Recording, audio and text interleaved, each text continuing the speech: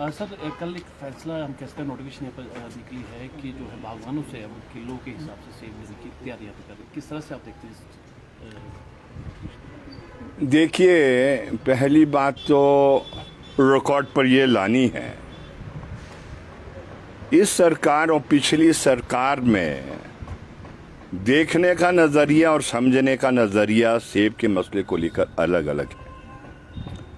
और इस सरकार को इस बात का तो क्रेडिट देना है कि वो बागवान की समस्या को समझने की कोशिश कर रही है, लेकिन मुझे बड़े दुख से कहना है कि अभी भी सरकार बुनियादी प्रश्नों को समझ नहीं पा रही।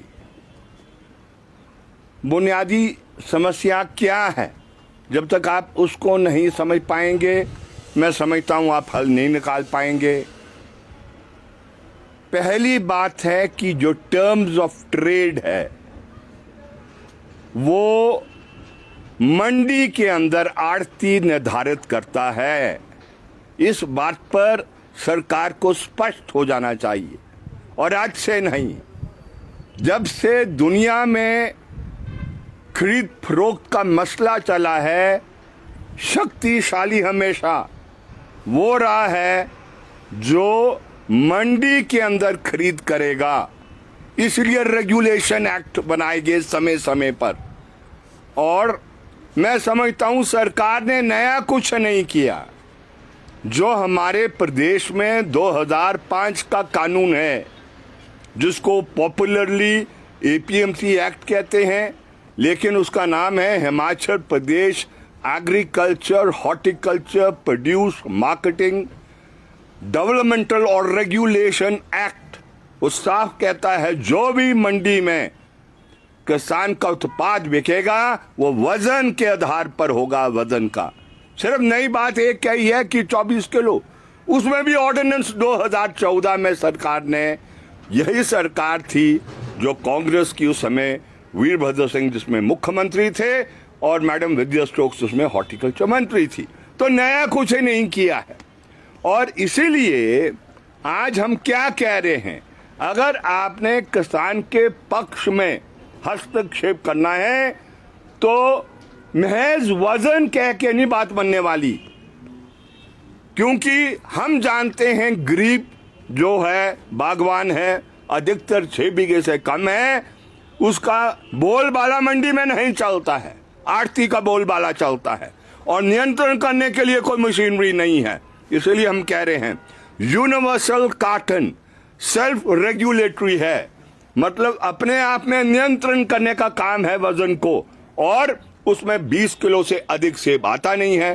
पुराने जमाने में जब रई की पेटी चलती थी, बाद में स्वेदे की पेटी आई, उस समय भी वो जो वजन होता था 10, 11, 12 किलो का बराबर का वजन हुआ करता था। कोई भी आप अलग अलग ग्रेड, जब आप 3 किस्म की पेटियों में 5 किस्म के ग्रेड डालते थे तो बराबर का वजन वो आता था और बराबर का रेट मंडी से उसका मिलता था, जो आपका क्वालिटी फ्रूट हुआ करता था। इसलिए आज हम सरकार से दोबारा विनती करना चाहते हैं, गलतफहमी के शिकार में मत हो, और जो आपको गाइड कर रहा है, मैं समझता हूं सही गाइडेंस आपको नहीं मिल रही है।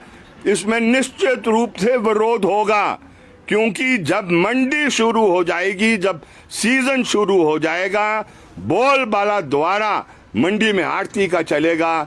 आज भी एक बात मैं कहता हूं और जोरदार तरीके से कहना चाहता हूं, कंपनियां आई होंगी, उसे नुकसान कई होंगे, अडानी से होंगे, देवभूमि से हुए होंगे, लेकिन एक मानसिकता नई पैदा की, वजन वो आधार बना, और ग्रेड भी आप ख्याल करें, इनका ग्रेड नहीं चलेगा, यूनिवर्सल ग्रेड है, जो 51 mm का क्या साइज होगा, 55 mm का क्या होगा, 60 mm का क्या होगा, ये अपना है। ये है एक बात।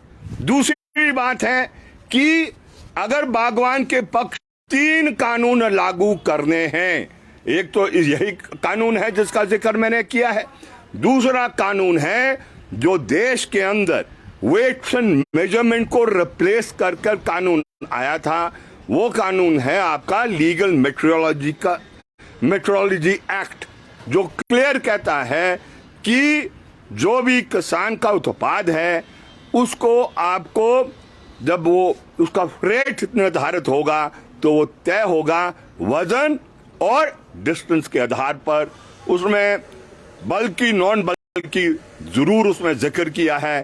इनको निर्धारित करना है कि सेब बल्कि में आएगा या में आएगा, ये निर्धारित नहीं है। और जिसका भाड़ा इतना महंगा है और इसलिए किसान को कुछ बच रहा नहीं है, वो घाटे का सौदा लगातार बनता जा रहा है। और तीसरा कानून है, अगेन वो सेकंड कानून को स्ट्रेंथन करता है, वो है जो टैक्सेशन का कानून है।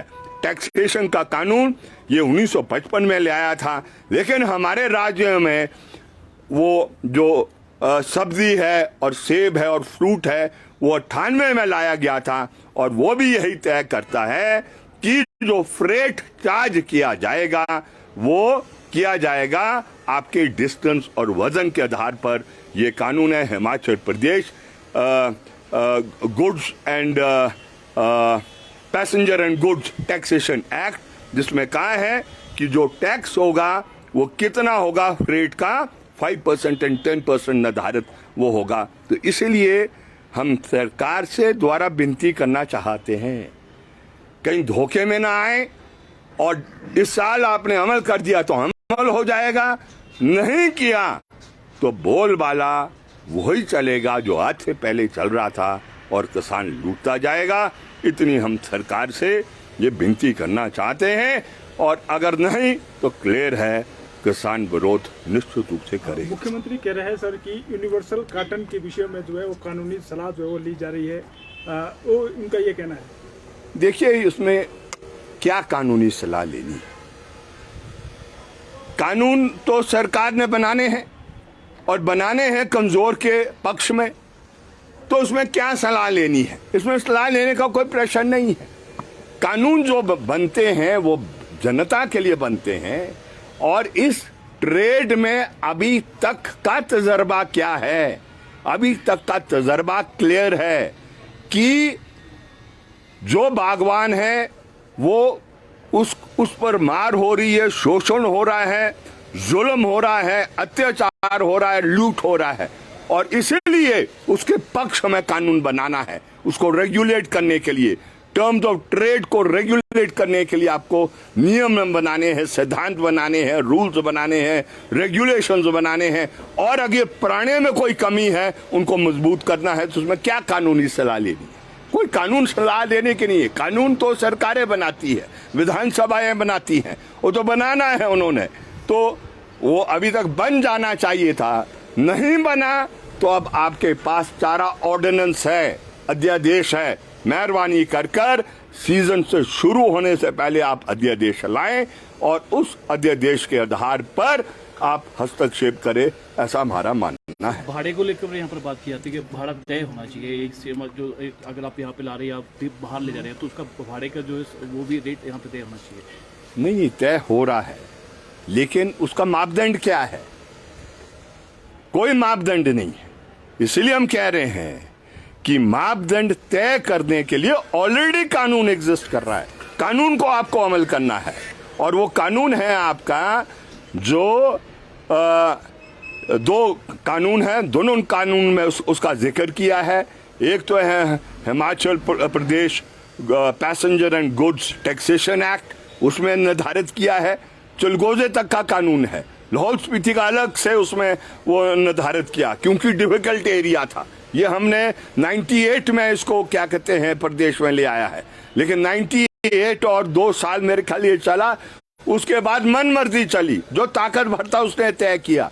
ट्रांसपोर्टर्स ताकत भर है, ये ट्रांसपोर्टर्स ऐसे नहीं है जैसे सीमेंट प्लांट के है। सीमेंट प्लांट के ट्रांसपोर्टर्स का नेचर अलग है, वो वहां पर सीमेंट प्लांट से जो उखड़ गया, जिसकी जमीन चलेगी, उसने एक ट्रक डाल दिया, वो ट्रांसपोर्टर बना। यहाँ पर तो जो ट्रांसपोर्टर्स है शक्तिशाली है, वो दबाव डालते हैं और वो मनमर्जी का रेट निर्धारित करते हैं। ये अनुमति नहीं दी जा सकती है।